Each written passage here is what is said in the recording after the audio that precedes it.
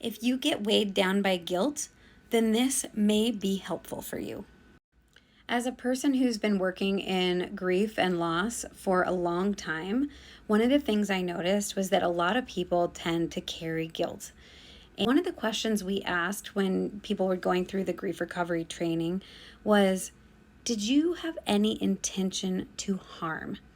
Guilt means the intention to harm. So asking yourself this question, did I have any intention to harm, can be helpful.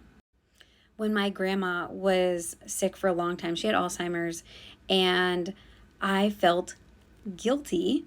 I say guilty for not getting to go visit her more often. She lived 6 hours away by car, and I was also living in Central America, so it made it really difficult to go see her. So 6 hours from my parents' house. And so, but I had this feeling of like, oh man, I feel so guilty.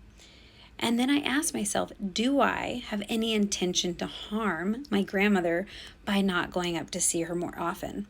And the answer was, no, of course not. So what does that mean for impact? It didn't impact my grandma.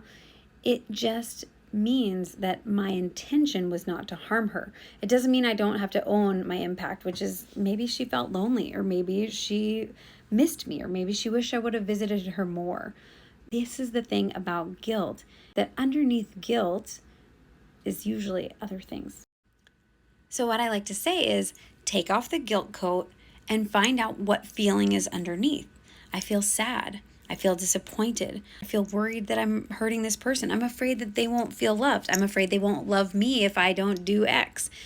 So when we take off the guilt coat and we identify the other feeling underneath, sadness, disappointment, grief, those mixed feelings that come when things change, we can actually process those other feelings. Why? Because grief is like sitting in a rocking chair trying to go somewhere. You're moving, but you're not actually going anywhere. So if you struggle with holding guilt, ask yourself, did I have any intention to harm? And if the answer is no, then take off your guilt coat and find out what feelings are underneath. Well, I feel sad. I feel disappointed. I'm afraid that I'm going to hurt this person. Then you could express those things. You can feel those things. Move forward. If you do have an intention to harm, then you can apologize. You can make things right. You can repair. If you're with me, put yes in the comments and follow along for more.